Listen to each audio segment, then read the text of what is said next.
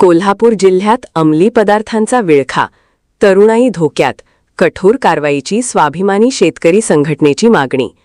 कोल्हापूर जिल्ह्यात वाढत चाललेल्या अंमली पदार्थांच्या खुलेआम विक्रीमुळे तरुण पिढी व्यसनाधीनतेच्या गर्तेत ओढली जात असून यासोबतच पंचगंगा नदीचे वाढते प्रदूषण हा गंभीर प्रश्न बनला आहे.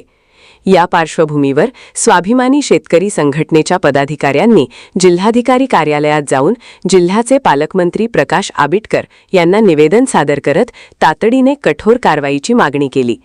निवेदनात म्हटले आहे की कोल्हापूर शहरासह ग्रामीण भागात गांजा, ड्रग्ज आणि विविध घातक रासायनिक पदार्थांची विक्री मोठ्या प्रमाणावर सुरू आहे. विशेषतः शैक्षणिक संस्थांच्या परिसरात या टोळ्यांचे जाळे सक्रिय असून शालेय व महाविद्यालयीन विद्यार्थी त्यांच्या जाळ्यात अडकत आहेत. यामुळे तरुणांमध्ये व्यसनाधीनतेचे प्रमाण झपाट्याने वाढत आहे. वाढत्या व्यसनाधीनतेमुळे जिल्ह्यात गुन्हेगारीचे प्रमाणही वाढत असल्याची चिंता व्यक्त करण्यात आली आहे. त्यामुळे तरुण पिढीला या विळख्यातून बाहेर काढणे हे मोठे आव्हान निर्माण झाले आहे.